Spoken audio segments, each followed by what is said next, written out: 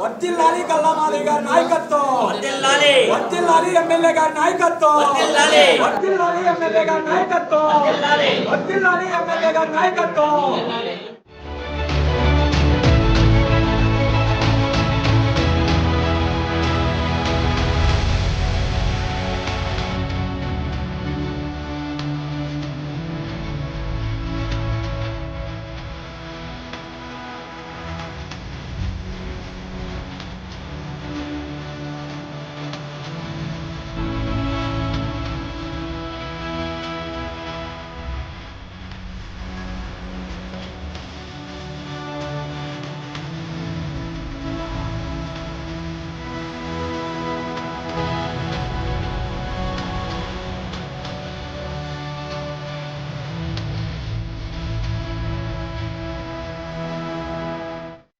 ఈరోజు రాష్ట్రం ఒక అద్భుతమైన చారిత్రాత్మకమైన విజయాన్ని చవిచూసింది.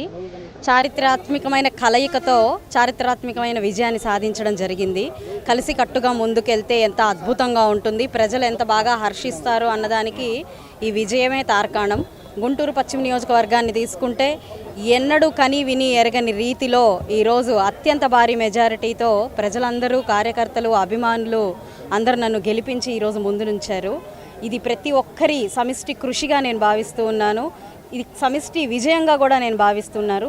ఎంతోమంది కార్యకర్తల వారి సహనానికి, ఓర్పుకి ఇది తార్కాణంగా భావిస్తున్నాను. నేను ప్రజలు ఎంత తీవ్రమైన అణిచివేతకి, అహంకారానికి, అన్యాయానికి గురయ్యారు, అవినీతికి గురయ్యారో ఈ యొక్క రిజల్ట్ ద్వారానే మనం చూసుకోవచ్చు.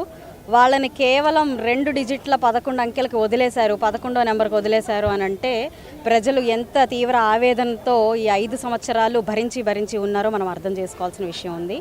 ఇది ఘన విజయంగా కంటే కూడా భారీ బాధ్యతగా మేము ఫీల్ అవ్వాల్సిన పరిస్థితి ఈరోజు నెలకొంది ఈ రాష్ట్రంలో.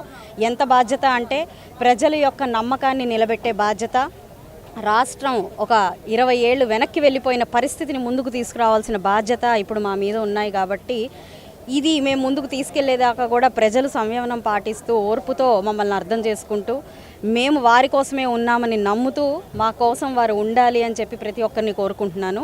గుంటూరు పశ్చిమ నియోజకవర్గాన్ని ప్రత్యేకించి మహిళామణులందరికీ కూడా పేరు పేరున పాదాభివందనం చేస్తున్నాను.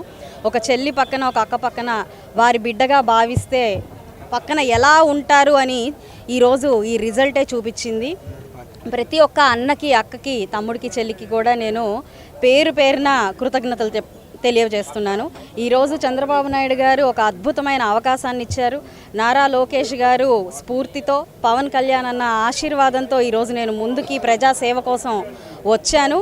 అదే బలంతో, అదే బలగంతో ఇక రానున్న 5 ఏళ్ళు కూడా ప్రజలతో, ప్రజల కోసమే మమేకమయ్యి వారి సేవా మార్గంలోనే, ఆ సేవా తత్పరతతోనే ముందుకెళ్తాను అని చెప్పి చాలా ఆనందంగా, హర్షం వ్యక్తం చేస్తూ, ఇది గర్వంగా, గౌరవంగా భావిస్తూ ఈ పదవిని ఒక ఆయుధంలా కాకుండా, పెత్తనం చేసే ఒక ఆయుధంలా కాకుండా పనిముట్టుగా, ప్రజలకి సేవను అందించే ఒక పనిముట్టుగా వాడుకుంటూ ప్రజలతోనే ఎప్పటికీ ఉంటాను అని చెప్పి ఇలాంటి ఒక అద్భుతమైన అవకాశాన్ని ఇచ్చి నన్ను ఇంత పెద్దపీటేసి ముందు నుంచి పెట్టిన ప్రతి ఒక్కరికి కూడా పేరు పేరున కృతజ్ఞతలు, ధన్యవాదాలు చెప్తున్నాను.